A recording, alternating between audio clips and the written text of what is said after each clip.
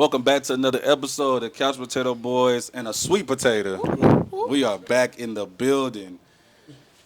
And we got a Nashville legend, a Nashville DJ. You know what I'm saying? We got DJ Crisis up in the building. What's happening? Yes, What's happening? sir. What's happening? Yes, What's sir. happening? We got Crisis up in the building.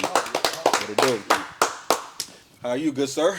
Man, I'm pretty good. How about y'all? Man, we Pretty chill, good, man. pretty We chill. good, pretty good. How's everybody doing? Everybody maintaining? I can't complain. You can't complain. We had Jar, by the way, so I want y'all to know that we had Jar. No doubt. We appreciate you for letting us Nah, do the for interview here. Appreciate y'all. Yeah, it's been a trying week. It's been hot. No, it was hot this whole week. I don't know about y'all. It was raining too, and it was hot, so it's like, Yeah, I blew the engine on my car.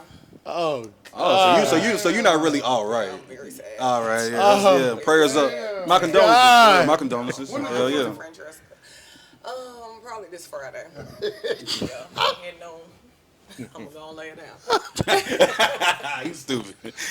LG, you straight? Man, yeah, I better be straight. I'm married. I'm done. Crisis, he asked for it. Yeah. He asked for it. You have to watch what you say. Right. All right. Yeah. Let's get this show on the road. Crisis. Take me back to the origin stories. Where you from? Just give us a little intro. Man, so I'm from Atlanta, Georgia. I've been in Nashville 20 years, man. I Word. actually came up here to go to Tennessee State. Okay. And, man, I came, well, actually, what caused me to come was my 11th grade year. We had a college tour. Okay. And it's crazy. I hate to say this, but I'm going to go ahead and say it. But you know how you on a college tour, they tell you like the ratio, male to female ratio. I never understood why they tell you that while you're on a college tour.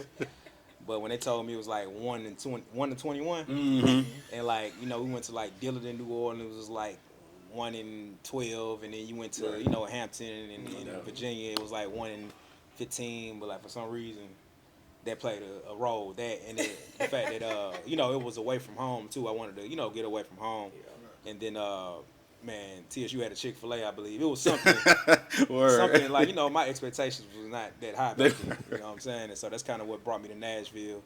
And it wasn't too far from home either. You know, number 3.5 hours. And so one of the best decisions I made in my life, man. I met a lot of my, you know, my close best friends. Found my, you know, my lane, my purpose, and what I'm doing and whatnot. So, you know, I'm just thankful to be here. That's dope. Sure.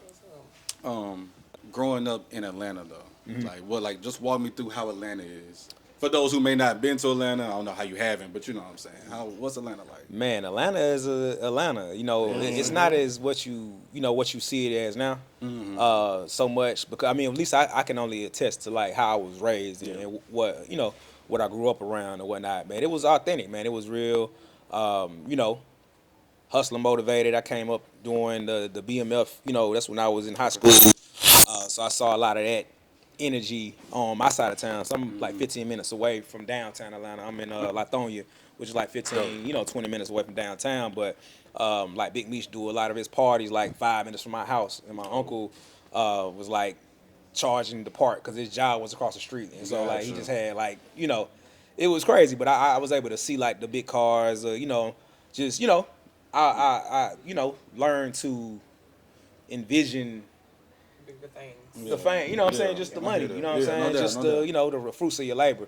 And so, yeah, it was cool, man. And I think for me, like coming downtown, you know, like I said, it's like 20 minutes from the side of town I'm from. But coming downtown, I got to experience a lot of the club life. So that was back when Visions was open, 112. And so back then in high school, I was already DJ Crisis since 9th grade in high school. Say less. Like one of my classmates, he was from New York, and I was selling Mix CD. That was around the time CD burners had came out. Of course. And so I was just selling mix CDs to my classmates, and my classmate was like, man, you doing mix CDs, you need to be a DJ. And so I had this order book that I kept all my orders in. I had everybody write their songs down. He was like, man, let me see a book.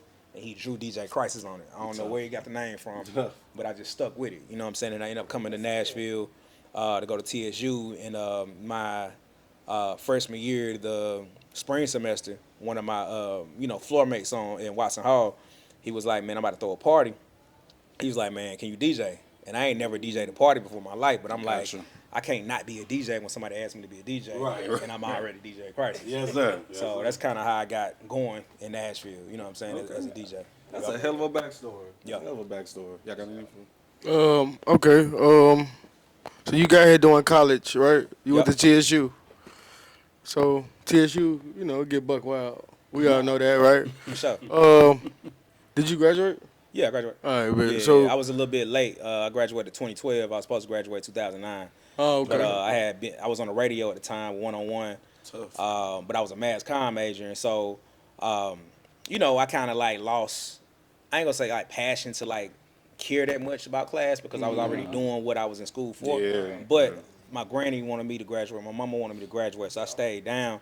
And I ended up, of course, I started out with Starlito, and then I ended up getting with Buck, and then I ended up going on the road with him. And that was right after, you know, the fallout with 50 had happened, and his DJ had quit. And so I was on the road a lot in my, you know, my fall semester, my third year at TSU, and so that kind of like slowed my trajectory down because, you know, I was missing class and stuff like that, but I still, you know, still finished.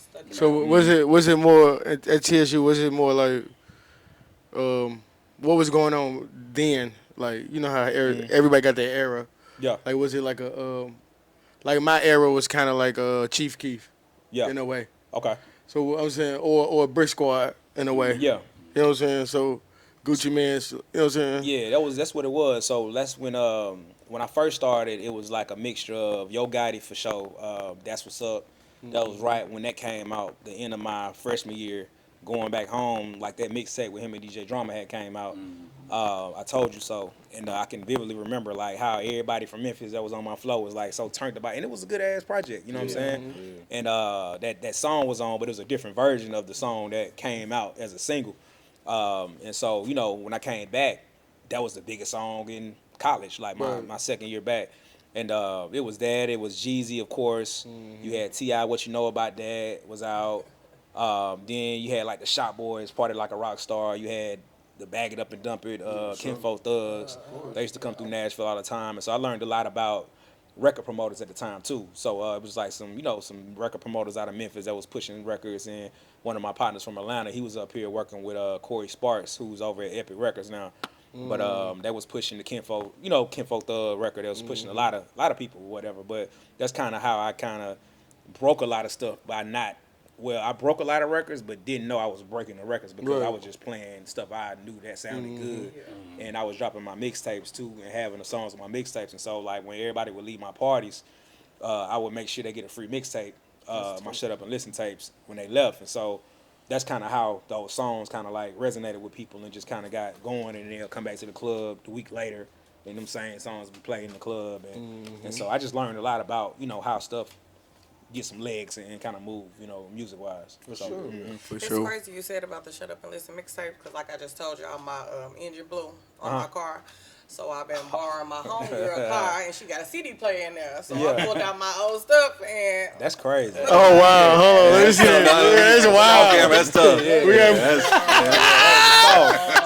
That's crazy. That's You probably like the only person that got that's wild. She's the last person Heard that got it. like the physical. I got some at the house, but my friend, one of my best friends, my freshman year, I had met from Chattanooga. He got all of the physical copies. Word, okay, cool. He lived cool, out cool, in cool. Charlotte, and my partner because Dre. they used to be a vibe. Yeah, for yeah, sure. I appreciate that, Couldn't wait to get one after the party. Yeah, nah, look, that's crazy. Look how we. That's say it. wild. That's wild. No What, cap wait, in my what rap. year was this? That was 2008 or 2009. Okay. Nah, that was 2009 when that came out. Okay. That's when I graduated high school. Or it could have Shit. been 2010. I can't remember, man. I'm old. So I got a question. You said you became. Let me make sure I got this correct. You said you became DJ Crisis in Atlanta, correct? Yep. Is that- okay. So when your homie said, "Hey, I need you to DJ a party in Atlanta," walk me through the first time that you DJ. So that was actually up in Nashville. Okay, so, wasn't it? Okay, my yeah. fault. So my partner Kobe, man, he from Memphis. But the first party I did, it was my freshman year, but the spring semester. Okay. And it was a $2 holla party he did, and I ain't never touched the turntable in my life But my OG big boy AJ, I ended up starting out with him at the radio station. That's kind of when I started pushing the equipment around campus for him to DJ like all of the talent shows and Greek weeks and stuff like that. And so what we did was, as he would have me push the stuff, like I just play around with the because I'm still a DJ. Like I'm telling everybody I'm a DJ, but I ain't never. So I'm learning as I go, trying to catch up or whatever. And so I ended up learning a little bit. But when he told me about the party, I had went to everybody on my floor first, because TSU got people from everywhere. You got people from Chicago, Detroit. You got people from Houston. You got people from Memphis, of course, Atlanta. And so I just went to all my my people that's on my floor, and then a couple floors up and down. Just asked them what's the top songs in their city, and I just took all the songs and burnt a whole bunch of CDs, because that was back when it was CD decks that we was using to DJ. You see what I'm saying? And so I had ended up putting my whole order together. So I had like maybe 8 to 10 CDs, but on one, so you got 2 different decks. Right. And so I put like the first song I'm gonna play on this side as track number 1. The second song I'm gonna play on this side is track number 1, and then 2, 3 on down. And so I'm thinking, before I got to the party, I'm like, all right, if I play this exact order, then I'm good. But that's not how I learn quick. That's not how DJing work. You got to kind of go off of the vibe that you get, because you're going to get something different every time. You might get the first people, and you always got to make sure that the first group of people that come into the party having a good time. And that's what's going to set the tone for the rest of your day. If people come in right now in a jar and everybody's sitting down while the DJ playing at 11 o'clock, then people are just going to go to the bar, sit at the bar, and it's going to just be a trickle effect of people not having a good time. But if you make them first group of people come in and dance and kick it, have a good time, everybody going to come in like that. So that's one of the things I learned just doing that. But long story short, I bombed the party. My partner, big boy AJ, man, he actually just passed away last month, man. And so he saved the day. You know what I'm saying? Came at the last, at the 12 o'clock hour and got the party going. And I learned a lot from that. And I just, that just motivated me to work harder, And so I ended up finishing up my freshman year, moved back home to Atlanta, of course, because, school out. But I took on 2 jobs. So I was working at FedEx. I got a job at Target. And I just grinded it out so I can, buy a car and then buy my own DJ equipment. And so I fell short because I didn't, have enough money to get back in school, because I was paying out-of-state tuition. So I had to sit out that sophomore year, that first semester. And so I just grinded it out. They had this thing at TSU at the time. I don't know if they still got it, but it was called Work Rule. Basically, it was like you can sit out a semester and work a part-time job, and then in that next semester you eligible for in-state tuition, which will save you half of what you was paying out of state. And so I ended up doing that. I worked 3 jobs at the time. Ended up throwing my first party, and that was 2007, the Loose Use party. We did it over at the Onyx Room, and literally threw that party. And the next day I went to quit all my jobs the next day, and I ain't worked since. You know what I'm saying? Which is a blessing, you know what I'm saying? But and so I just had that, that drive in me, because I already knew what I wanted. Like I got a taste of it when I did the party. I didn't do good, but I worked on my craft over the summer, and came back with a vengeance, and I just started, getting in my bag, and the rest is history. You said some interesting equipment. Yeah. Can you talk to us just briefly about like how much really goes into what you need to be a DJ? All the stuff that you need. Well, nowadays it don't take too much because of technology. But when I came in, of course, it was I came in on the turntable end of it too. So the program that every DJ use now is Serato. Okay. And that literally came out the year that I bought my equipment, and so I ended up buying two turntables. I bought Serato. The turntable was like $1,000 a piece almost. The mixer was like $700. The program was like $500, I believe, with the interface. But now you can go buy a DJ board for $200 and be straight. You know what I'm saying? Okay. And then even then, like, you had to go and find music. Like, you had to go and burn CDs and put them on your computer so you can play them. Nowadays, you got Tidal that you can log into on your computer. You can log into Apple Music, and you got access to every song that's ever been made, that's on the DSPs or whatever. So it's a lot easier now, and I think that's why you see a lot more people kind of getting in that space now. Because if it was that easy back, if it was still as hard as it was back then, then I doubt a lot of people would. Even when it was crates, like even when you had to, and I missed that era. Dollar White, Dollar White right now, he got a storage full of like almost 1,000 records that they used to have to bring into the club. And so I don't even know. I mean, I probably would have still did it. You know what I'm saying? If I was in at that time, but I don't think a lot of people would have gravitated to it like they do now. Which I mean, it definitely helps the genre. It helps not the genre, but it helps the art form by having more people. Like you got celebrities now that's what I'm saying, like people that's never had any kind of musical background, actors, and what I'm saying, that's like becoming DJs, like Solange a DJ, Erykah Badu a DJ. But I mean, if you know music, you know music. You know what I'm saying, and that's the hardest part. I always tell people think that the hardest part is learning how to DJ physically with the equipment, but that's not that hard. I mean, if you determined enough, you can learn how to fade, mix, and if you got YouTube now, but like knowing music and knowing like and having like a taste and knowing how to go from this song to that song and not lose your momentum and your crowd, that's the hardest part, you know what I'm saying? And so that's kind of one of the things that I see nowadays that's kind of separating the great DJs from the, the DJs that's just doing it. That's doing it. Right. I'm about to say, do you, and I'm going to let y'all go, I'm sorry, but, Eight questions. No, that's two. No.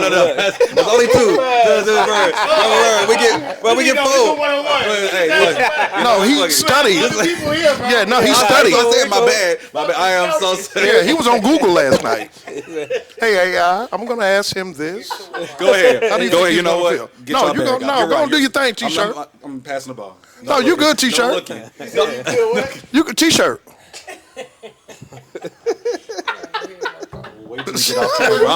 No, you good. But I gotta say, it can't not be said on camera. So. T-shirt. No, you good. But no, you said something that's like intriguing to me. When you've lost the crowd, because that happens, you know what I'm saying, to everybody. Sure. How do you pivot? What do you see? What does your musical ear tell you how to re-pivot and get the crowd back going? Honestly, bro, like, I mean, you got some songs that that's gonna get them back going. Right. But you got to think, it depends on what time you lose them. Like, you might lose them first quarter. You know what I'm saying? Then you got some in your chamber that's good for the fourth quarter. After halftime or something like that, and you don't want to shoot all your shots. Then sometimes you just got to throw a bomb and just see where it goes. And that's the best way I could put it. That's tough. And I learned like I've never seen a DJ have like a 100% accuracy of good days. Like everybody got bad days, everybody, cause you can't control what you get. Like you may get a group of girls come in, they celebrating a bachelorette party, they turned up, you know what I'm saying? So that's the core of your audience, that's your starter. But then next week you may get a group of girls that, one of them about to file for a divorce and they out here about to drink their life, you know what I'm saying? Like they sad. So now you like, damn. You know what I'm saying? So it's like, it just depends on what kind of crowds you get. And it also depends on where your mind is at as a DJ, like, and that's kind of one of the things I'm learning just by pivoting to the business space more than just DJing all the time. If your mind not 1,000% clear and locked in before you start DJing, it's like playing basketball. Like if your head ain't in the game, your head ain't in the game. Yep. And that be a lot of the reasons why DJs don't have good days too, is because you're just not all the way there. You know what I'm saying? And so, yep. So I gotta talk about this crisis, because man, I'm gonna tell you, bro.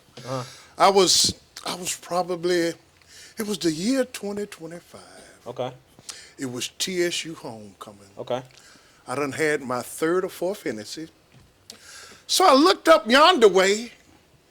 I said, I don't know who that young man is. And somebody said, Dr. DJ Crisis. I said, who said Crisis? I said, he's right there. Like, he's the good part of the Antichrist, if y'all understand what I'm talking about. No, for real, DJ, for real. You're like you're like a good Antichrist. But anyway, here it is. The good part of the Antichrist. Yeah, no, for real. So here it is.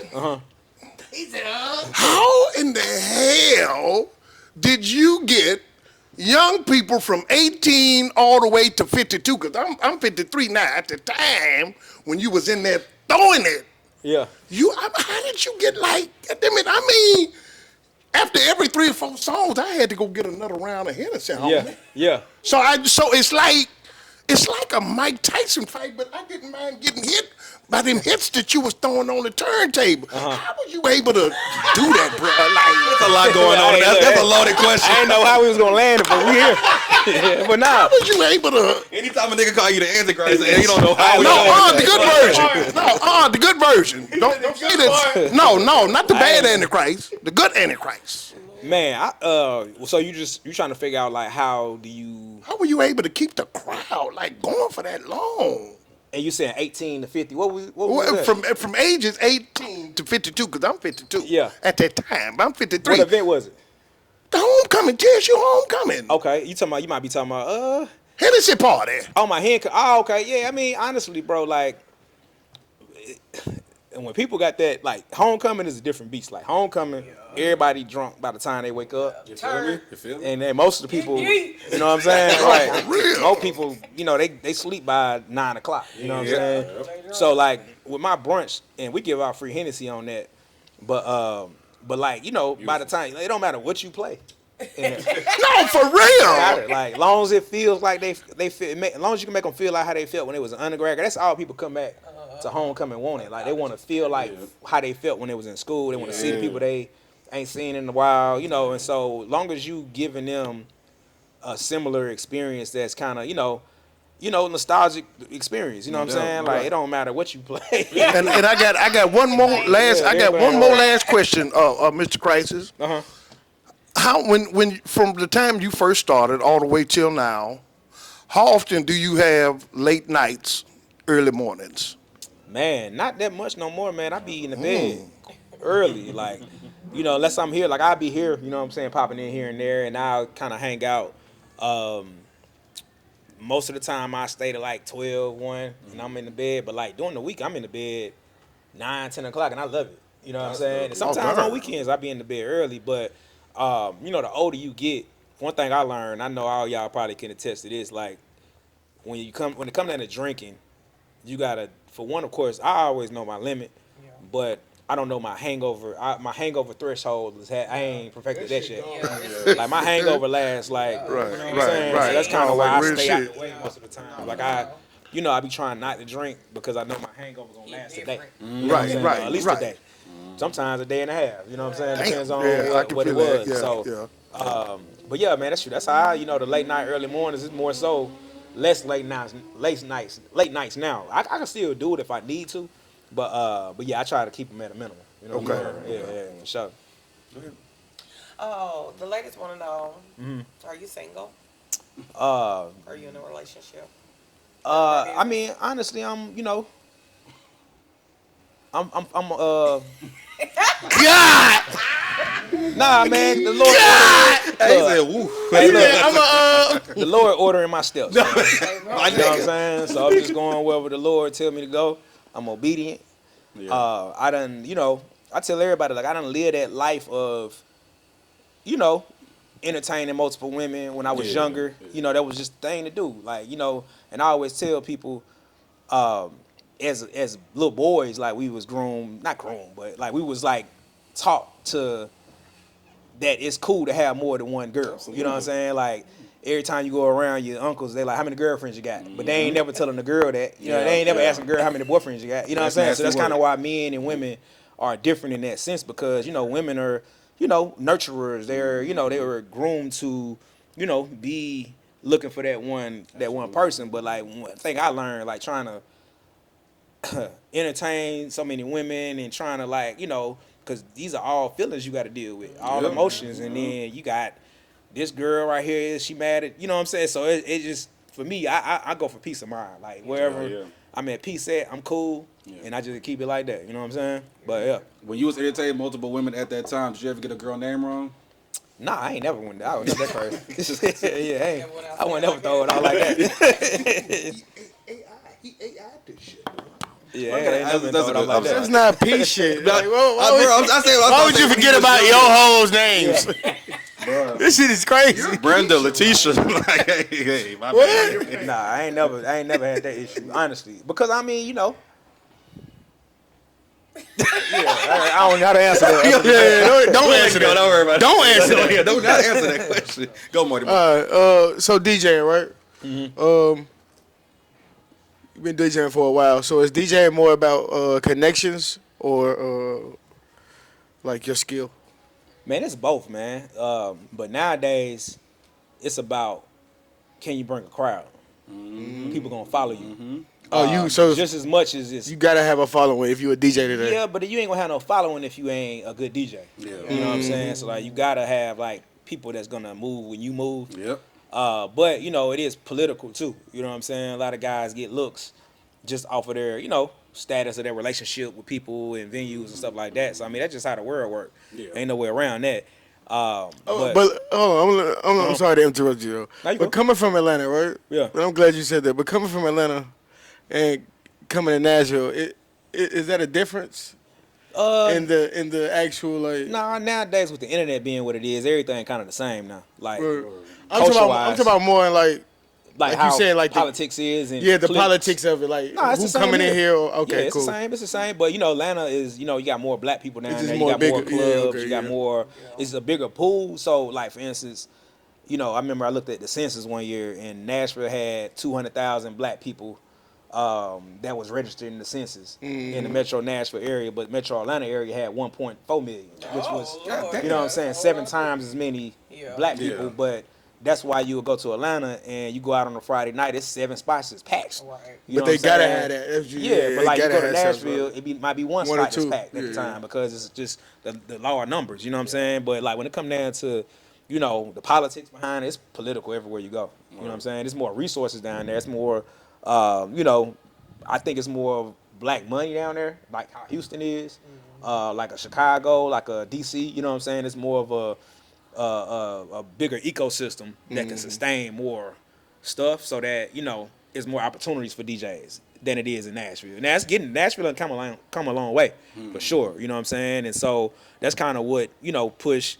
me and my partners Rob. You know what I'm saying? That kind of what pushes us to like keep pushing, and because we could have been left the city. Like we not from here. You know what I'm saying? But we love Nashville because Nashville made us who we are. You see what I'm saying? So like we feel like we indebted to help the city grow just as much as we would go anywhere else and do it. And so that's kind of my stance on it now. And we done come a long way. You know what I'm saying? We done seen a lot more DJs pop in that's successful. You got DJ Cash. He come from Memphis. He Thug DJ. You got DJ Chill. He from Nashville. He Jelly Roll DJ. You got it's just the list go on. But I just see the city getting better and better. The time with time. So. So okay, so you and Rob, right? Yeah. You and Rob, y'all met in college. Yep. So y'all was already friends. So we met my freshman year. So when I was I didn't even throw a party my freshman year, but it was Big Boy AJ, for instance, the guy I was telling y'all about.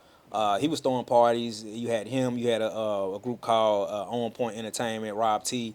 But like I was, so like after I bombed my first party, I ended up getting, picking up some other gigs with, their parties and stuff. And so Rob would come around with me to the parties and like host. And so that's kind of how Rob got going with, AJ, myself. And then when I told y'all about my first party, Rob threw his first party that year I had set out. So he threw a back to school party with Bo Hagan over at John Henry's. I don't know if y'all remember the club, John Henry's on Jefferson Street. Of course. He threw his first party there. And I came up because I was still in Atlanta at the time. It was during the summer. It was like freshman week. So it was like the week before we came back. But I wasn't going to be in school, but I still got an apartment up here so I can work. And so I ended up coming back for the party. Party went crazy. And I think that was probably the only party he did that semester, I think, up until that next semester, spring and January, when TSU played Fisk. And that was that Monday. I threw my Loose Juice party. That was Martin Luther King weekend. So I threw my first party that Sunday. He did his next party that Monday. And then from there, like, we was already tight. So, like, we just started throwing parties together. You know what I'm saying? And so he had his company, Fly Guy Entertainment. I had my company, Major League. Okay. And so that's how we started Fly Major through that. Yep. Can I get the ball again? Yeah. So let me ask you, Crisis. So you've been in the game, what you say, about 10 or 20 15? years. 20 Yeah, years. we 21 Long this year. time. So Legendary. how is the next 10 to 15 to 20 years for you, young man? Because, Yeah. I mean, you look fairly young. You look like you're yeah, that's what they say. about 25. No, Yeah. no older than about 30. Yeah. So, with that being said, in the next 10 to 15, maybe 20 years, where do you see yourself, young man? Man, just staying in this club space. We got the hospitality company going now, Make and Play Hospitality. So it consists of jar, bungalow, supper club. We kind of we pivoted out of that, so we coming up with another concept for supper club. But then we have Minerva, of course. Weekend is coming soon. But like just moving in that direction, I think we figured out something that works, something that services underserved, community in Nashville when it comes down to nightlife and entertainment. And it's working, you know what I'm saying? We definitely looking to, eventually expand outside of the state of Tennessee too. But, like I said, Nashville just been so good to us. It's been, that's what we started at. So it's definitely staying in that space. I also got an artist development company. So, I help independent artists too with, marketing, branding, getting deals and things of that nature. I haven't, put that out to the world yet. No, nobody know that. I was just finna say that. Yeah. So I've been, nobody know that. So when I quit the radio, so I was on the radio with 101, of course, for like 8 years, and I quit the radio. Then I moved out to LA to intern with Atlantic, and this is back in 2013. And so that's when I got my background in A&R, artist development. Then I left Atlanta. Not Atlanta, but I left Atlantic in LA and moved back home to Atlanta. And that was right when DJ Drama had discovered Lil Uzi. So I was working and Drama, my big homie, like it's been my dog for forever. And so shout out to Drama. I kind of ended up moving in that area, that studio for a while, just seeing what they did with Uzi and turning him up from somebody that just moved down from Philadelphia into a superstar. And that just inspired me, you know what I'm saying? And so I just been working with artists, I ain't been all the way hands on with them, like as far as like a manager. I now have managed artists, but I kind of veer away from managing artists because a lot of artists don't understand, like, they gotta want it more than you want it as a manager or as a label or somebody that's investing time and energy and money and resources into the artist. Like a lot of artists be feeling entitled, and I ain't got in some situations with artists where it just was like, you know what, I ain't finna, I'm an artist myself, you know what I'm saying, like as a DJ, you know what I'm saying. So like I much rather put that energy into stuff I got going on for you to not, understand it. But I still help, I still give whatever resources I got. I help them with marketing, rollout plans. I'm working on the music conference, with the museum or whatnot. And so, still that's my heart. Music is always gonna be my heart or whatever. So I'm always gonna have a hand in that. But I kind of put that on the back burner for right now because it's a lot of work that goes into, the day to day of like restaurants and lounges and clubs and shit. So I kind of, put that to the side for right now. Gotcha. So let's get to it. Let's go to it like this. Obviously Minerva, burned down. Right. Everybody has an opinion.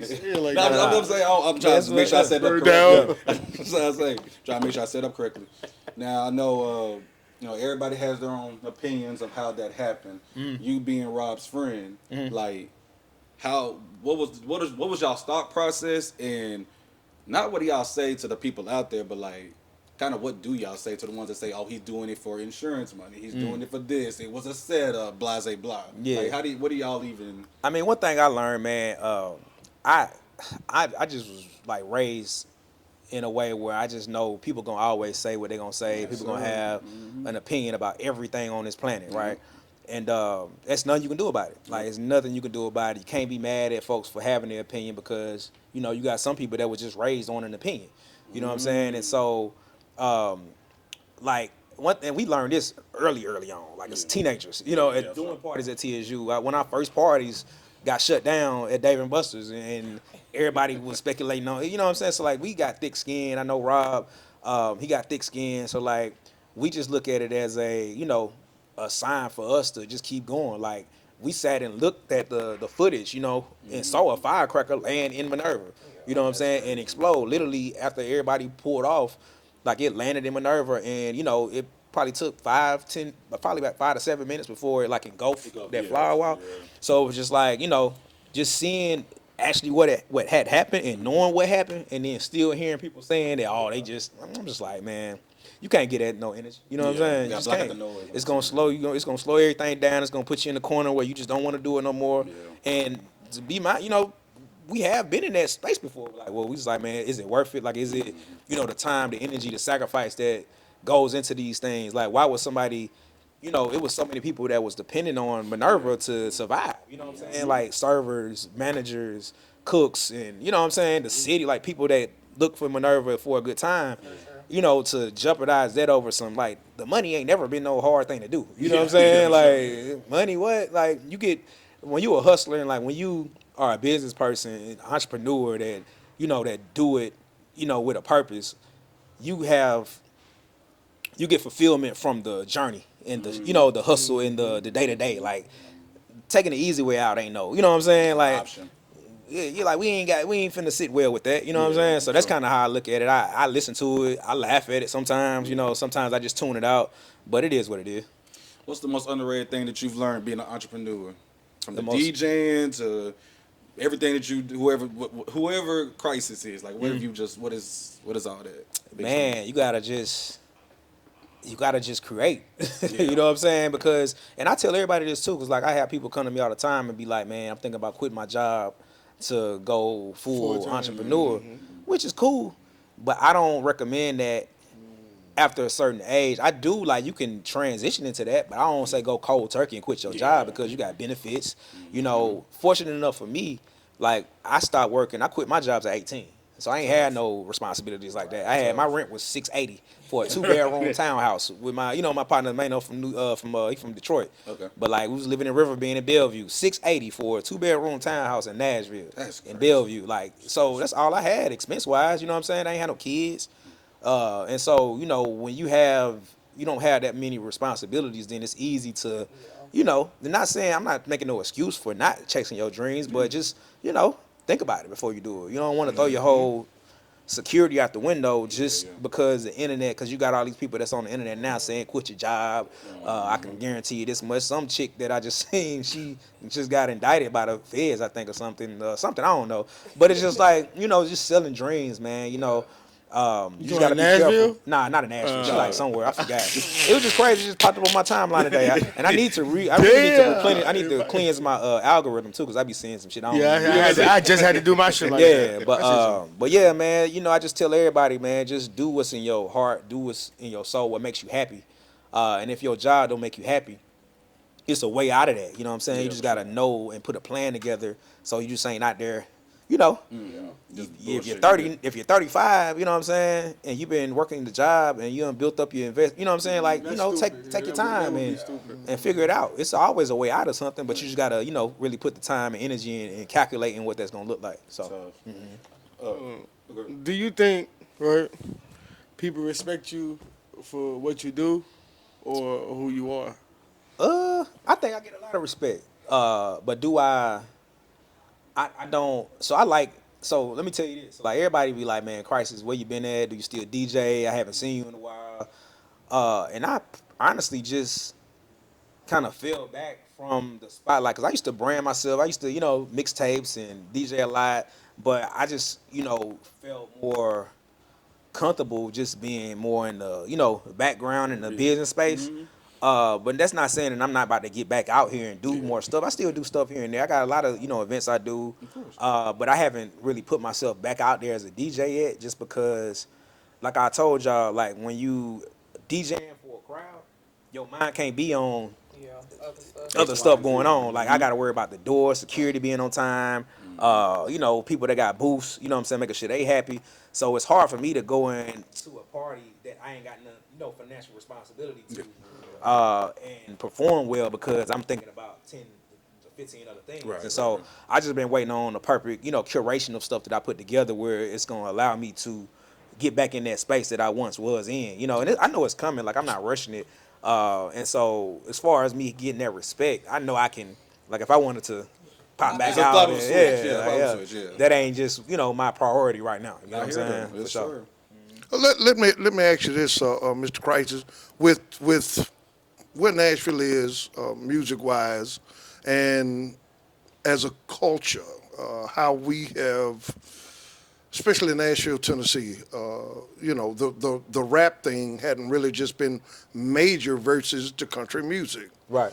How do you really just see us as a culture maybe getting better in the future with communicating with each other and just doing things like this? Because 20 years ago, back when you had the different DJs here in Nashville, 20, 30 years ago, they were very standoffish. Yeah. You understand what I'm saying? Versus now, I see more DJs now like yourself that will come to a podcast or be in an interview or, will, you know what I'm saying? How does that, how we will able to move forward and say, hey, we got to come to an agreement where we support each other collectively? Do you really just see any of that really just going forward? That's a great question, and I talk about this a lot to people that ask me the same question.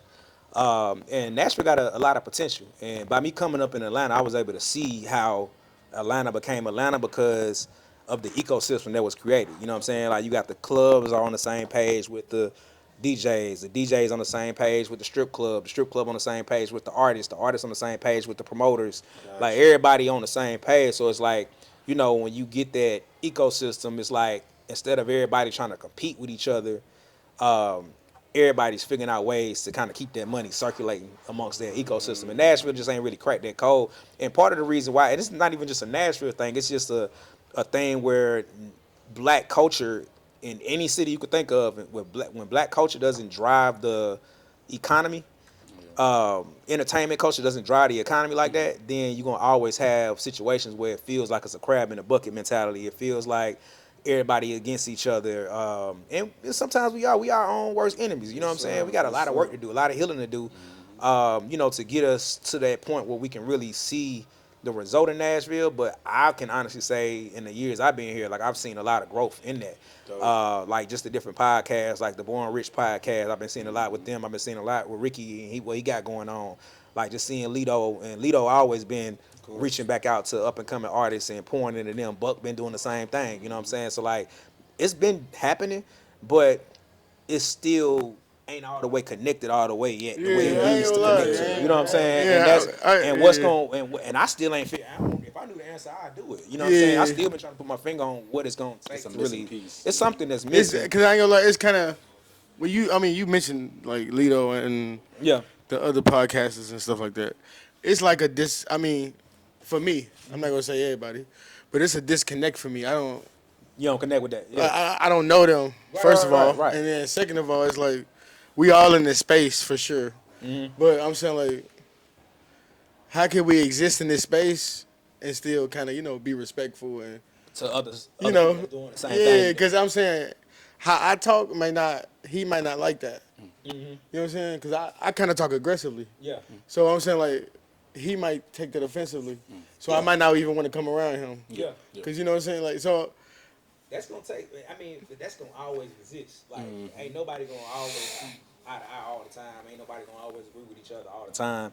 But it's more so about getting everybody somewhat on enough of a same page where it's circulating. Because there's a lot of people in Atlanta that's not on the same page with a lot of stuff. But it's more people down there to, in Atlanta, not perfect. Houston ain't. It's a lot of black people in Houston, but Houston ain't really doing what it needs to do or could do, or DC, it ain't no real rap scene in DC, you know what I'm saying? And so, at the end of the day, it's more of a, just putting together the right infrastructure. Mm-hmm. And unfortunately, sometimes people get left out of that initial circle, you know what I'm saying, of what it is, because it's impossible to think about everybody that's doing the same thing. When you're trying to put something like that together, it's impossible to I forgot about, you know what I'm saying? That happens. And so it's just about, like, even if you get overlooked in a situation, not taking it personally and just figuring out a way to, look at that as a way to help you push your line a lot more, you know what I'm saying, and get you more exposure. Not saying that's what you, feel bad about, but I know how that feeling is, because when I first started, I used to feel left out of stuff. You know what I'm saying? I used to feel like, oh man, why they ain't calling me to do this, or why they ain't? And sometimes it still happens. You know what I'm saying? Yeah, After because all the work I done put in, we like ain't got nothing. We ain't got no awards, nothing. Yeah, but I mean, we look, been here, man. You know what I'm saying? We ain't got nothing from it. But And it's I would cool, never but hang my hat, and I'll tell y'all, don't hang your hat on that. Just continue doing what y'all doing. It's For gonna sure, come, stay 100%. consistent. Like the podcast I've seen that's doing very, very well outside of the city. The reason why they do well, like, is because of consistency. Like Joe Budden about to have this 1,000 podcast episode. You know what I'm saying? Coming up. My partner Zach Bull, I just talked to Zach Bull here in Chicago now, but they on episode like what, almost one something. You know what I'm saying? And so, but they do it. Now they shooting 3 times a week. Yes, sir. 3 episodes a week. You know what I'm saying? And so it's like going to the gym. Like the more you do it, the better you're gonna get. It's like going and building a muscle. And so I tell anybody this: like the more shots you put up, the more people gonna notice. The more the algorithm gonna feed you because of the consistency. And so that's what I would say. Control the stuff you can control. You can't control the award show. You know what I'm saying? Yeah. Like just bring them to you. That's what we did. You know what I'm saying? And we brought the people to us. And that's just how I go. That's just the rule of the world. You know what I'm saying? So let's go back to DJ for a second. I have my own outside of Captain Taylor Boys. I have Get Your Ish Off, and I listen. There's a reason I'm at. Hold on. You see this? I know there's a good question this? coming. There's a good question coming. It's not a good question bro. coming. There's a good question. It's called what? Get Your Ish Off. What that mean? It's a saying I say. So when somebody's doing something good, It's a clean way of him skiing. Oh man, listen. I'm sorry. why would you say it to another grown man? But why would you say it to another grown man? Why would you say it to another grown man? Well, nah, I mean, I feel yeah. I already paused. I paused. Please forgive him and pause. He's been paused. He's paused. He did. Oh, man. Yeah. Get your ish off or something. I say like when somebody doing good or what I'm saying, they got something fly on. I say get your shit off. Yeah. Get your shit off. I call get your whatever. Yeah. I interview a lot of Nashville artists, and some of them have told me that it is the hardest thing to get their music played in the club. So can you talk about that? Like how you have to how sometimes you got to turn down the local artists that you're in. Yeah. And you got to be like, nah, I can't play this at Jar. I can't play this at Minerva. I can't play this at whatever. Well, I mean, it's etiquette to everything. And one thing I learned is just by me being a DJ, it's about timing. Yeah. Like, if it's 12 o'clock, this motherfucker rocking, and you got your song that, like, first of all, I ain't got it. I gotta plug something up to get it. Yeah. You know what I'm saying? You ain't called me before you got there. You know what I'm saying? We ain't sat down and had no conversation about it beforehand. I mean, and I ain't heard it. Like, how can I, you know what I'm saying, feel confident in playing your song? This is gonna rock, yeah. For sure. And I tell artists all the time, like, man, if you gonna hang your hat on a DJ and you gonna blame the fact that you're not successful or if you're not where you want to be on the fact that the DJ not playing your song in the club, then you got to go back and rethink what To you the got drawing going on. board, to the whole thing. No, that's Before real. it gets to That's the real, club, yeah. there's so many ways your song can get in front of the people before you even get to the club. You know what I'm saying? Now, back in the day, of course, before all that was happening, of course, that was the only way you can get your song out like that. But nowadays, This ain't the 90s. I dealt with that on the that's radio. right. Like I dealt with that on the radio. But like when you understand how radio work, like Jay-Z still dropping $1 million on the table to get his songs on the radio. You know what I'm saying? It's pay to play. It don't matter who you is. You know what I'm saying? And so like Lucci record, prime example. Like that's one of the case studies I did when I moved back to Atlanta. Was like it took that Key to the Streets record with Migos. They spent $250,000 on that record in Atlanta alone on the radio to make that the #1 record in Atlanta. So when you think about that, like if they had to do it, what you think you got to do? Yeah, well, You know what I'm saying? No, that's real.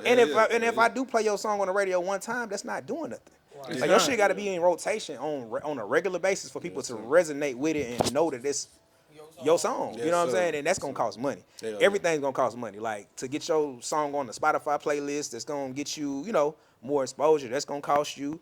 And so, yeah, man, that's Ain't nothing free. yeah, Pretty much ain't nothing. And I wouldn't even charge no guys to play their music in the club. That's real. But it's like, why? You want to do it for your own ego? All right, cool. Yeah.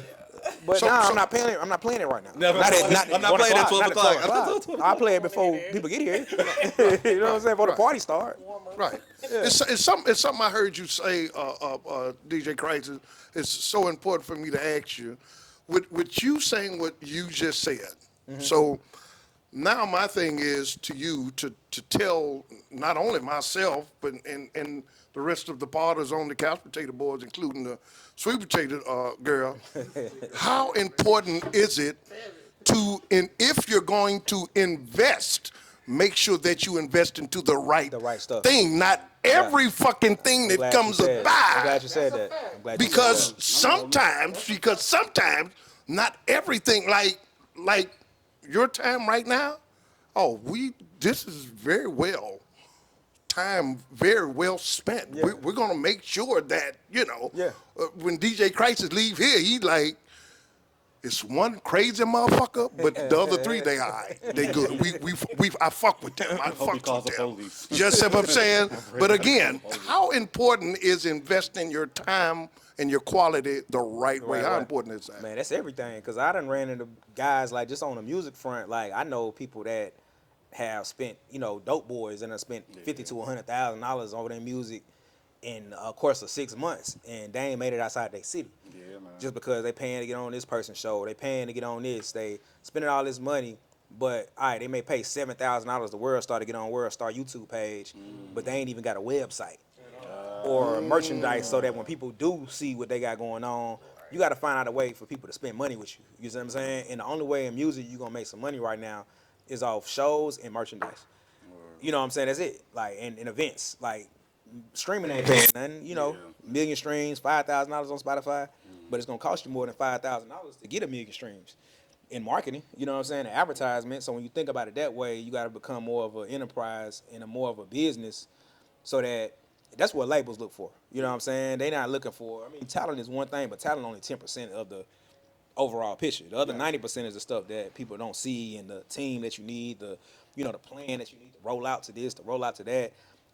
In the story, like a lot of people avoid that too. Like people don't really have no substance to what they saying a lot of the times, where people don't even feel emotionally connected enough to spend no money with you. Yeah. So you got to have that first before anything. But back to what he was saying is about how important it is. It's just about understanding and being realistic about how much you do have to spend, and don't think you got to spend it all in a week or in a month. Because if you spend it all in a month, you ain't. You know what I'm saying? It's gone. And with radio, once the money start being spent, and I don't know, maybe I heard it's like a RICO case going on with the radio shit now. That's what I'm hearing. It ain't came all the way out yet. Yeah, it ain't came all the way out yet, but that's what I'm hearing. But I say all this to say I don't want this interview to get flagged. Right, for sure. But yeah, man, like once that money stop, the record stop. Yep. Yeah, it's like, all right, who paying? So like, if you got $100,000 to put into your music, watch how to spend it in 3 months. Figure out a way to spread that $100,000 over in a year, and then figure out ways in that year that you can invest it in things that's gonna bring you more money back in, like a show that you can throw yourself. You know what I'm saying? And you book Lil Baby, for instance, in an ideal world, and you the only person opening up for Lil Baby, but you making the money off the door. You got the bar, you got a percentage of the bar, and then you the only person opening up, so you get that look as well. And then as people leave, they got what I'm saying, they either getting your merchandise, they what I'm saying. So it's like, figure out stuff like that, because if you just solely dependent on getting rich off music alone, it ain't happening. Everybody, you gotta be like hella great. Everybody do music, and then everybody know somebody to do music. So like, what's gonna make you listen to me over your best friend that been doing music for 10 years? He gonna look at you crazy. He gonna be ready to shoot you.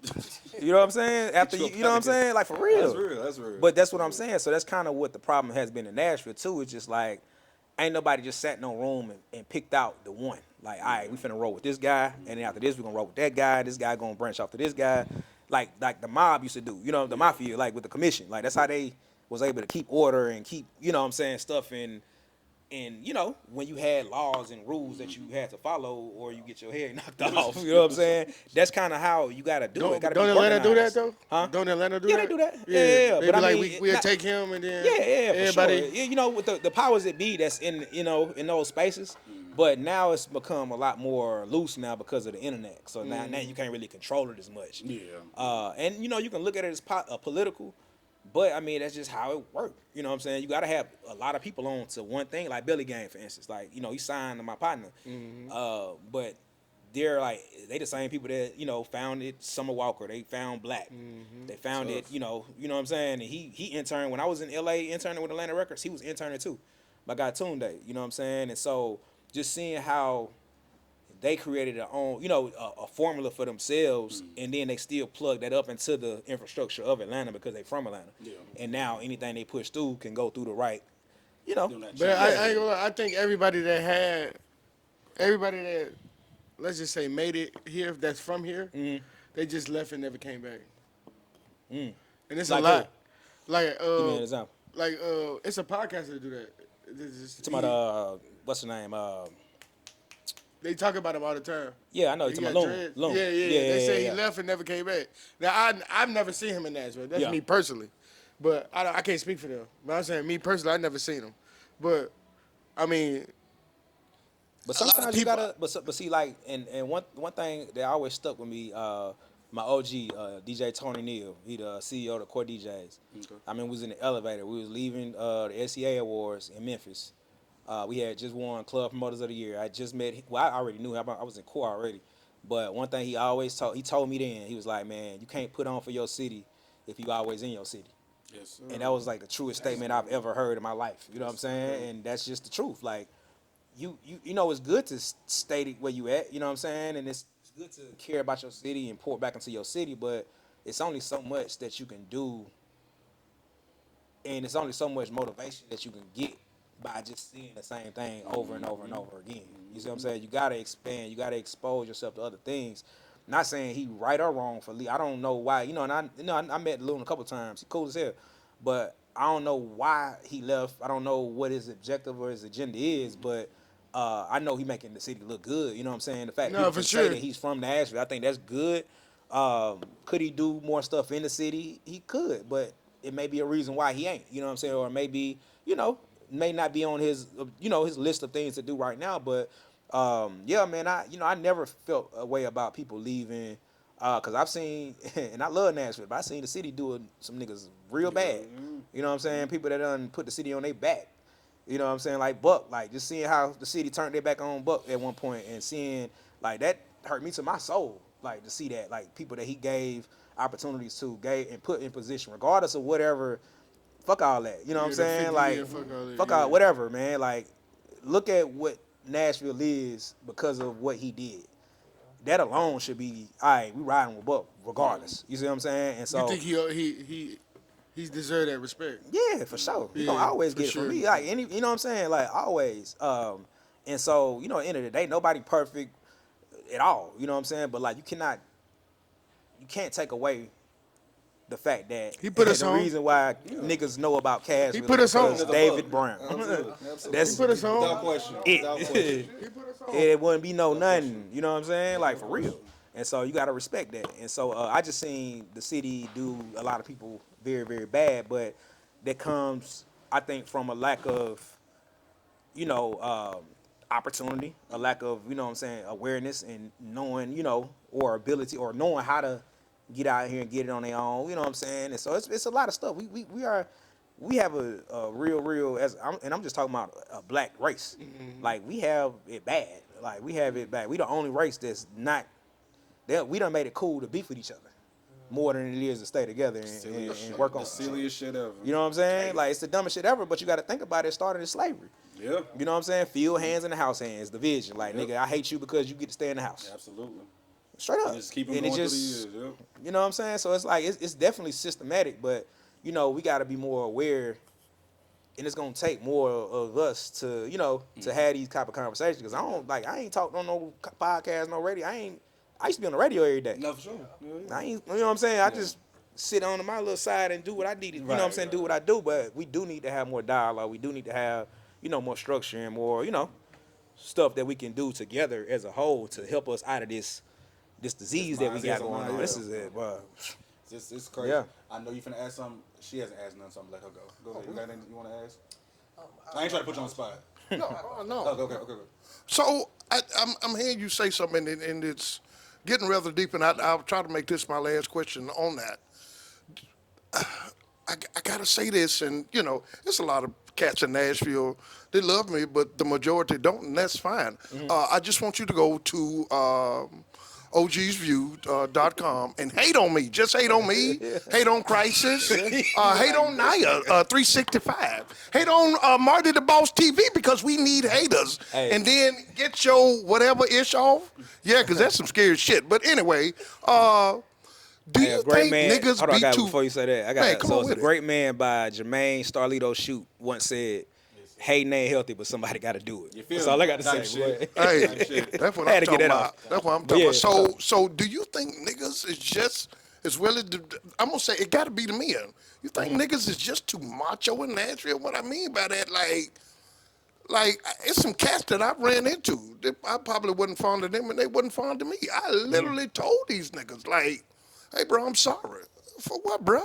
Hey, for whatever I did.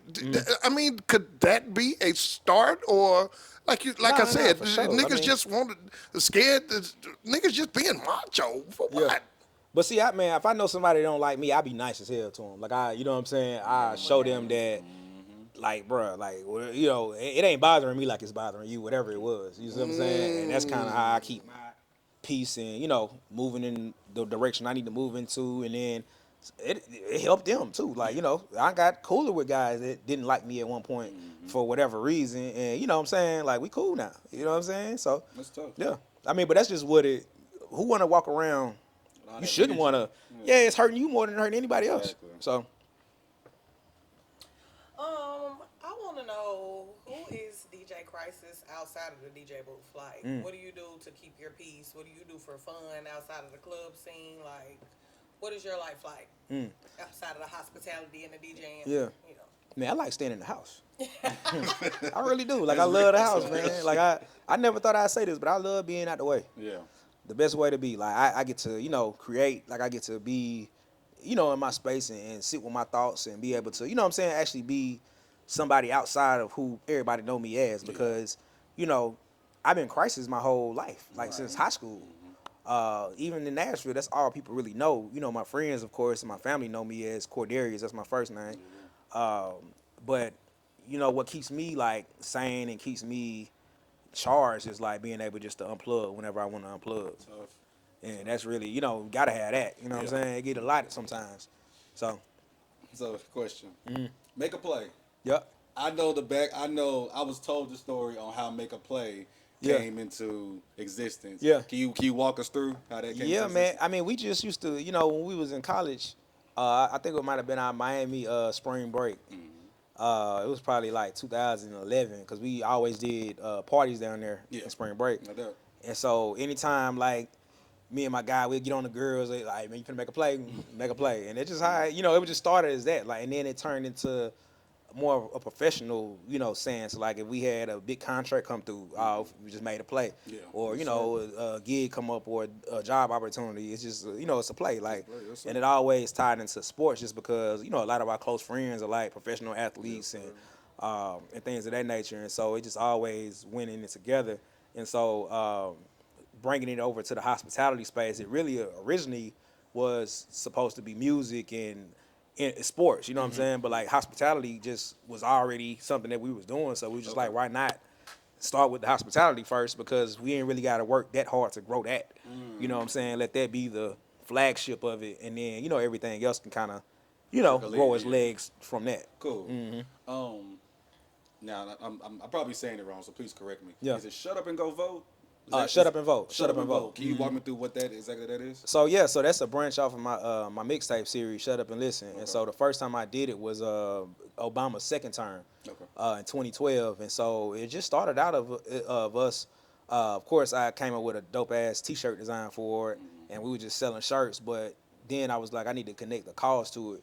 And before I even put the shirts out, like I end up, kind of doing some research on, the statistics of, college students that voted. So I connected with the voter, getting the voter registration form. So we did a tour, went to Belmont, TSU. We just popping up registering people to vote. And so I think that year we probably did like 4,000 people that we registered, just by going to campuses. We was registering people in the clubs. And so, after that happened, like I kind of just fell back from it. Then the 2016 election, I was in Atlanta at the time. So, and that was when Trump won the first time. Yikes. So when I seen, what I'm saying, like, And, you know, just seeing how that played out the first time, I'm like, all right, we got to do, you know, so 2020 came along, but that was during COVID. And I launched the campaign, but really wasn't that effective for 2020 because, you know, it wasn't nothing really going on that I could go and touch the people with. And so then 2024 came, which was the last election with Kamala and Trump. And so I got it back going with that. Didn't really do that much college stuff, but I connected with Equity Alliance. My homegirl Tequila, my homegirl Jess, been knowing them for forever at TSU, and so they reached out to me. They was like, "Man, Crisis, man, what you think about, you know, coming on board with us, and, you know, let's pushing the voter registration and getting the awareness up for the election." So we ran a 2-month campaign, you know, for the 2024 election, and that, you know, didn't give us the result that we wanted, but, you know, I felt good by doing it. I'm just like, man, you know, doing something positive. We was popping up at the clubs. We did, you know, Take Keith's birthday party. I did stuff over at Bungalow. We did stuff at Link. We went and registered, you know, we probably did like 10, 15,000 people. We registered, you know what I'm saying, and through online and in person. We did Southern Heritage Classic in Memphis. But then from there, this upcoming election with, you know, Davidson County judge. So I'm working with Corlettra now. She reached out to me and was just like, man, I want to help. She like, man, I want you to help me out, kind of getting the word out, similar to what you did with, you know, Equity Alliance. I'm like, man, let's run it. And so we've done you know, a couple of brunches. We done happy hours. Did a couple of radio interviews. Just really just building the awareness. And she's running for divorce court, you know, judge or whatnot, family court basically. But yeah, man, just, you know, and a lot of people don't even know that it's an election for that and it's on Cinco de Mayo. So really just kind of letting people know, like, man, you can take 30 minutes and go vote. Go vote. And it's a Davidson County election. It's not no, you know, a different, you know, precinct or a different, you know, district that you can vote in. Everybody can vote for what's going on with that. And, you know, just seeing how, because I didn't even know it was an election for that. I thought it was an appointed position, you know, with judges. But she was just like, man, she saw a lot of people, you know, families get displaced and kids getting taken away wrongly. And I'm just like, man, dang. That's, you know what I'm saying? So let's rally behind this. This is a good cause. And then, you know, she only ran because, you know, the seat had came available from one of her mentors. And she said if it did come available, it would run. It would, you know, she would run for it. And so I just got inspired by her story. That's and, tough. you know, just jump behind it. So that's tough. So I mean, you've pretty much answered this question in a sense, but how important is voting locally? Just like, man, how important is voting? Voting is everything locally, man. Yeah. Like, of course, you know, with the presidential elections and stuff like that, you really don't see too much of that affecting you directly like that. Because of the electoral college, and, you know what I'm saying, it's like, it's tricky when it comes down to that. But like locally, like, they're the ones that's gonna determine on how much your kids get for school and you know what your food stamps going. You know, if you own that, if you own government assistance, they control that. They control how funds are being allocated for, you know, different programs that you're gonna need, or may not need, or know somebody that needs. So it's just about, and it's like, when you think about it, it only takes 30 minutes to vote. If that, so like, why not go do it? And I know it's been a lot of, you know, stuff and negative stuff, and like and I witnessed a lot of people that get in office, say they one way and then they change up on you. So of course that'll make anybody discouraged.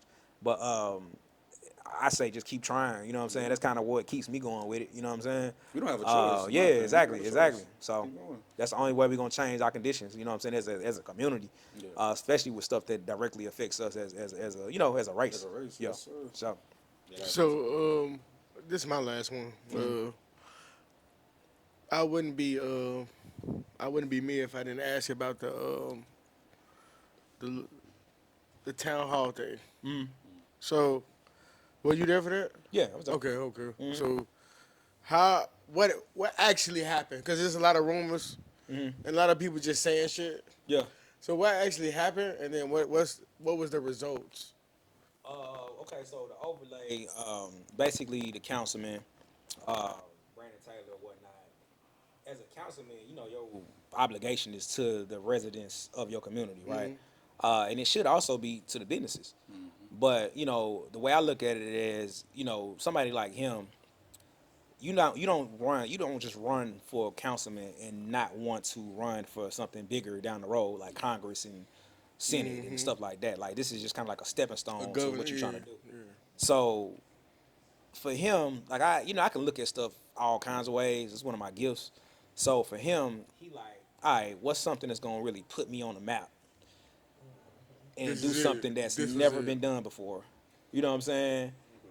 Regardless of who it affects, regardless of whatever. Okay, neighbors complain all over the country about sound and parking and things of that nature. We know that. Look, you got white side of town, you got out east. I stay out east. Like, it be cracking over there. You know what I'm saying? For Like, sure. but, at the end of the day, you in Music City. You in Nashville. And, by Buchanan Street being one of the most historically black areas of Nashville, you would think that another African American, man that's in office would, advocate of at least trying to help come to a mutual resolution that satisfies everyone, businesses, homeowners, all of that, right? But the way he did it was just so janky. You know what I'm saying? Like him sliding up under the radar, not telling nobody about it. Popping up with the council meeting the last minute. So like the efforts that we put in to like get people riled up was really last minute. Like if we would have known this was coming, then we would have been able to, jump in front of it and at least try to come to a resolution without it getting to that point of an actual overlay. And so I think that's where a lot of the outrage has come on our end was because of that. And it's wrong. You know what I'm saying? It's like not right. Because you got a lot of people that depend on that. Of course, it's like, all right, we understand. All right, we can figure out a way to get this trash up a lot better. We can figure out a way to like help with traffic and parking. All right, cool. Let's come together as a community and do this. It's not gonna happen overnight. It's gonna take time. It's gonna take a collaborative effort to do these things. And so he just was always on some. He was just janky. You know what I'm saying? And so by the time it happened, it was already fourth quarter. Right. By the time we found out about it, so Fourth it really quarter, was 2 little minutes. that we could really do. You know what I'm Fourth saying? quarter, 2 minutes, About down it. by 12. And that's No, goes for back real. to why what I was saying about voting. That's why it's important to like vote. You know what I'm saying, for stuff like that, because you can't really at that point you really can't control it. And so with him to pass the overlay or present that to the council, you only need 2 residents to agree to be on this bill. Hold on. Run You only that need back. 2. Hold on. Yeah, Run that yeah. back. You only Hold on. need, and I might be wrong, it might be 1. You know what I'm saying? It might be Hold 3. on. What? But you don't need to get the to get the it to the bill. point to be presented. You only need 2 people. So you don't need like 100 signatures or 1,000. 2 people? You need only 2 people. I might be wrong. It might be more than. It might be like it ain't more than 10. Wow. It ain't more than 5. You No, know what I'm saying? because I'm glad you said that because Yeah. I really thought it was like hundreds of people signing Nah, this bro. petition. Right. think that's more That's of a petition, but by that time, by the time it got presented, the first time I had already went through the first phase of it. It was up for its second reading by the time we found out about it, or something. I gotta go back and look into exactly what had happened and how it transpired. But I will say this: like, it didn't pop up until Minerva burned down. You know what I'm saying? Like when Minerva was gone, They like, let's do it. that's now. when. I said we ain't bringing We taking it that. back. Yeah, we You know finna what It I'm was saying? strategic. We Yeah, finna it was go get But strategic. what's crazy, when Minerva was gone, it wasn't too much traffic. It wasn't too many events going on over there no more. You know what I'm saying? Like how it was really, you know what I'm saying? Because Willie B's is under construction. Chandelier is an event space across the street. You got QC down there, their restaurant. So they, and so it really wasn't nothing really that's, kind of bringing that much traffic down there. So it was kind of like a ideal time for them to try to pass something through. Yeah.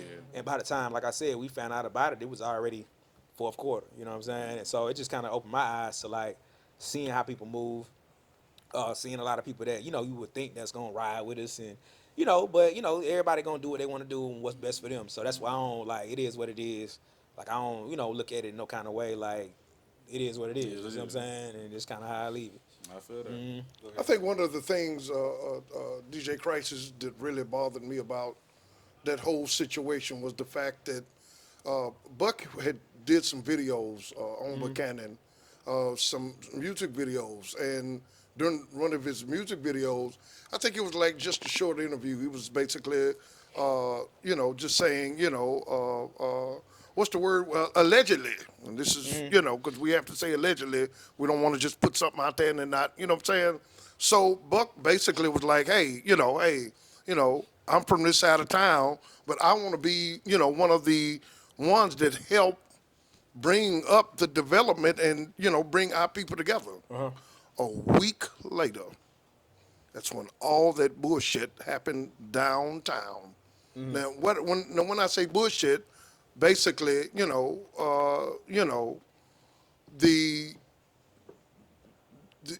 the stopping of black businesses. You understand what I'm saying? That shit bothered me Yeah. majorly. You know what I'm saying?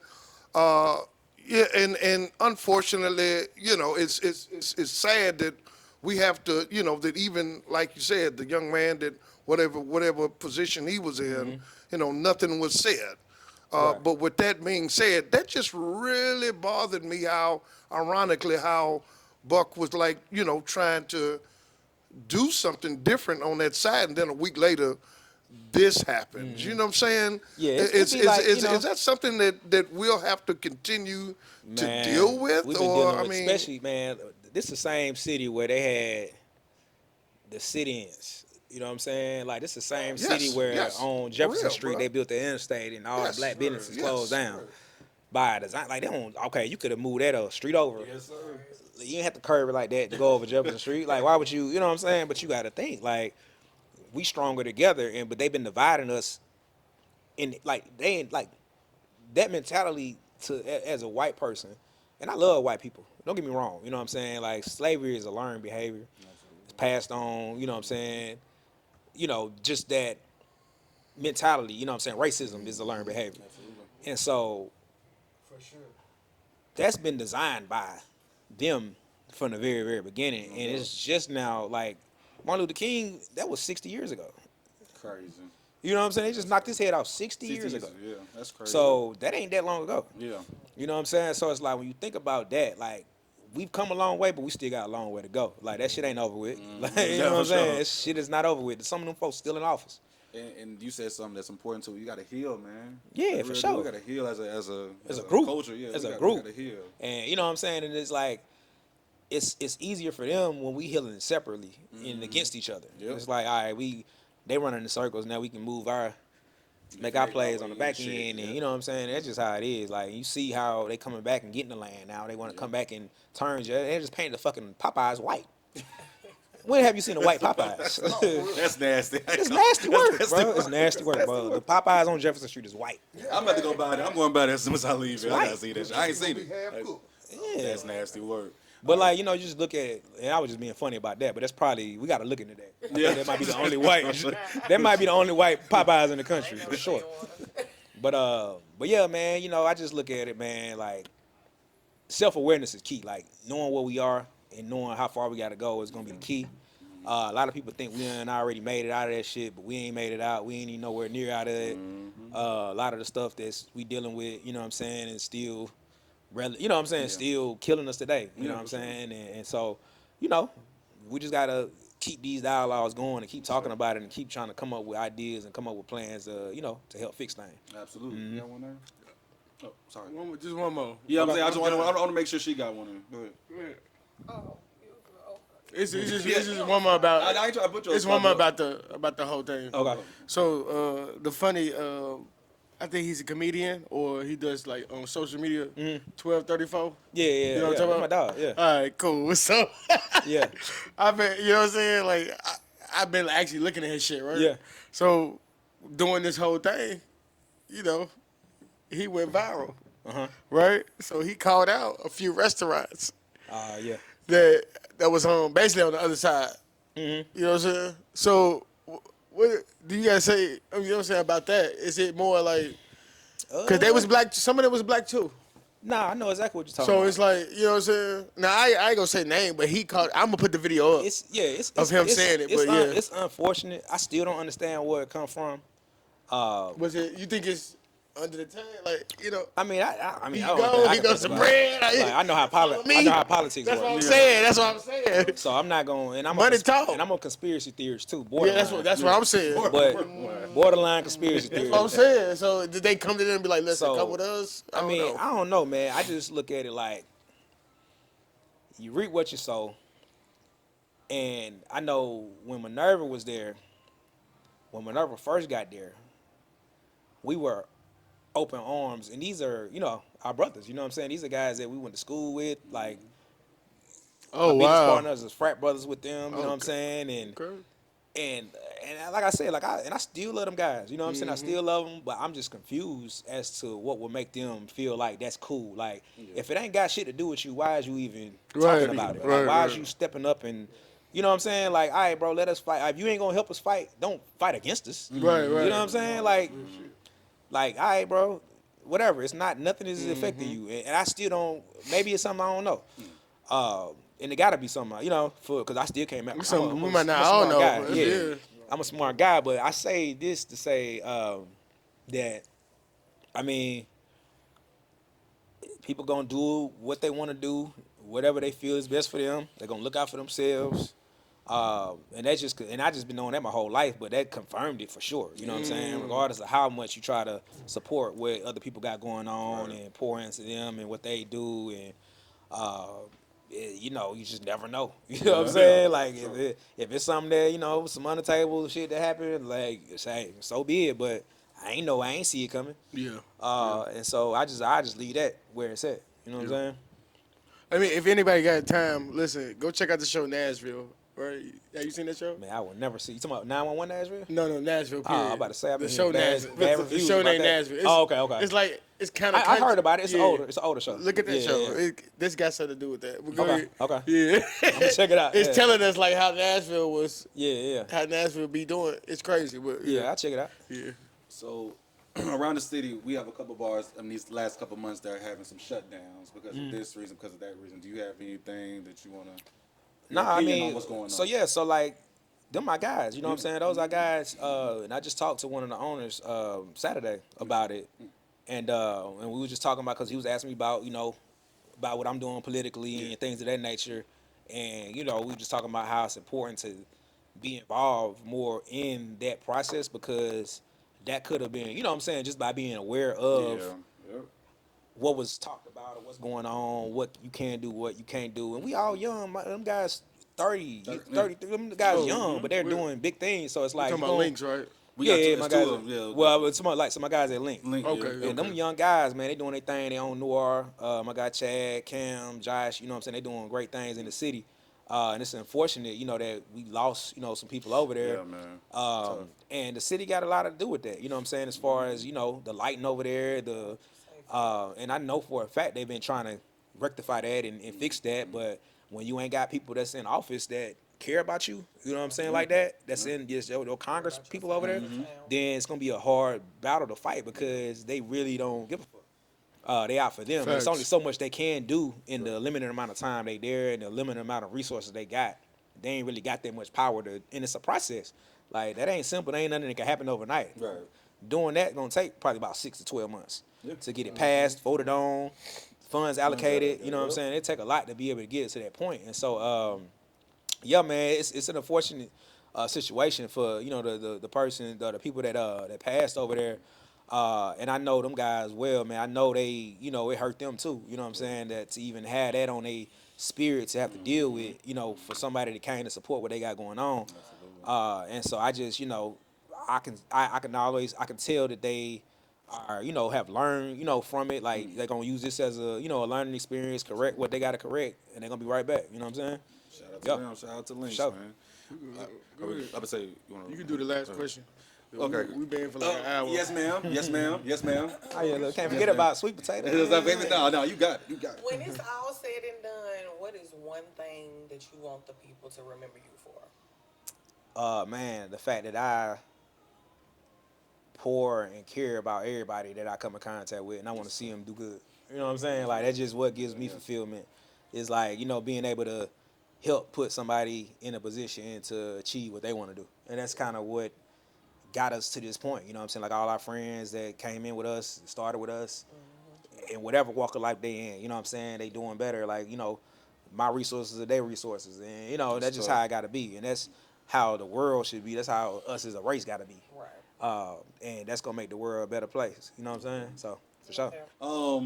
What's the craziest thing you seen while DJing? All your years, no matter what city, what's the craziest shit you done seen? Whether it be a fight, Dance girl, battle? yeah, some Man, you got that's a served good shit. question. Yeah, what's the craziest shit? That's a good question. Oh man, I remember it was Barflies back in the day. Star had did a show. I was a Star DJ at the time, Okay. and it was back when this beef was going on, you know what I'm saying, in the city or whatever, and somebody had somehow got a gun in the club and barfly and ended up shooting himself in his leg. but my nigga Lito, boy, that nigga, hey, everybody took out running, but Star was on the stage over there, but somehow that nigga got all the way from the stage to the DJ booth, and barflies had some steps to the DJ booth. All I know, after I'd say 2 seconds after I saw heard the shot, I see Star flipping over the steps to get on the DJ booth. Man, the niggas tried to get out of the way, but I don't blame him. It was wild. It was some wild times back then, man. I know people know. I've seen a lot in the city. That's what I'm saying. I've seen a lot, man. I got a story to tell. Especially because you've been DJing like from city to city. You ain't just a Nashville or just yeah. So I know you don't. But nah, yeah, that was crazy there. Everybody took out around. I'm talking about the whole club was clear. And all of a sudden, I just started the only nigga jumping over there. I'm like, he tall already. He tall as hell. That's what I was like, huh? Tall as hell. Shout out to Star, man. That's just some athleticism. That's my dog. All right, we good to go, people? Yes, sir. Yes, sir. We're the Couch Potato Boys podcast. We have a Nashville legend, DJ Crisis, in the building. Yes, Thank you, sir, for Thank coming y'all, on to the man. pod, Appreciate my boy. y'all. Appreciate y'all. Yes, sir. Oh, yeah, I forgot to say one thing. When we hit 1,000, Yeah. right? Yeah. First, we're going to need that shout out right here. We're going to need your biggest booth. Your biggest. Oh yeah, for sure. Yeah. I want both of these. Like, We'll throw a party for y'all. We'll throw a Oh, party. that's what it is. We're going to throw a party. We'll throw Soon as we hit a party. 1,000, Three of soon as them. we hit 1,000, Yeah, we'll throw a that's party. what it for y'all. is. Yeah, that's what it is.